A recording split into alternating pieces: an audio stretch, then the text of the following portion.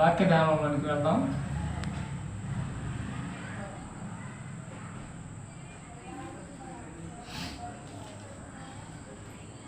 Bible గ్రంథంలో నుంచి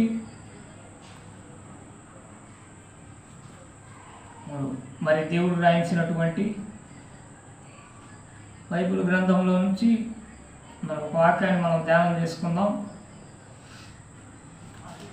యోహాను సువార్త 3వ అధ్యాయము 1వ వచనం నుంచి మనం చూద్దాం, ధ్యానం చేద్దాం. యోహాను సువార్త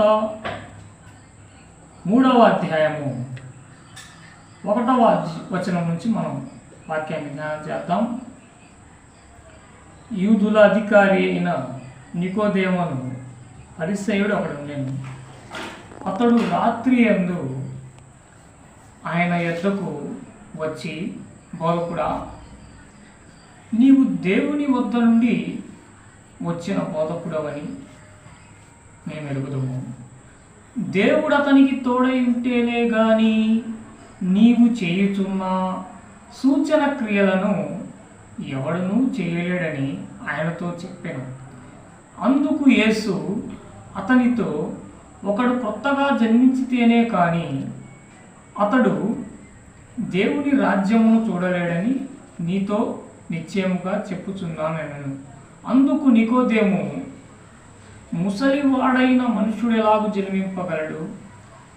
రెండవ మారు తల్లి గర్భమందు ప్రవేశించి జన్మింపగలడా అని ఆయనను అడుగగా, యేసు ఇట్లా నేను, ఒకడు నీటి మూలముగాను ఆత్మ మూలముగాను జన్మించితేనే గాని దేవుని రాజ్యంలో ప్రవేశింపలేడని నీతో నిత్యముగా చెప్పుచున్నానని. చిన్న మాట ప్రార్థన చేసుకొని వాక్య ధ్యానంలోనికి వెళ్దాం. కృపగల దేవా, దయగల తండ్రి నాయన, నీ నామాన్ని స్తుతులు స్తోత్రాలు చెల్లిస్తాము మా ప్రభా. ఇదిగో తండ్రి నాయన, ఈ పునరుద్ధాన ఆదివారం ప్రభువా, నీ వాక్యాన్ని ధ్యానించుతుండగా, నీ వాక్యాన్ని నాయన ప్రకటిస్తుండగా నాయన, నేనైతే ప్రభువా ఎందుకు పనికిరాని వాడిని, జ్ఞానం లేని వాడిని ప్రభువా. ఇదిగో తండ్రి నాయన, నీ ఆత్మతో నన్ను నింపి మాకు ఏమి మాటలు కావాలో, మాకు ఎలాంటి వాక్య సందేశాలు కావాలో తండ్రి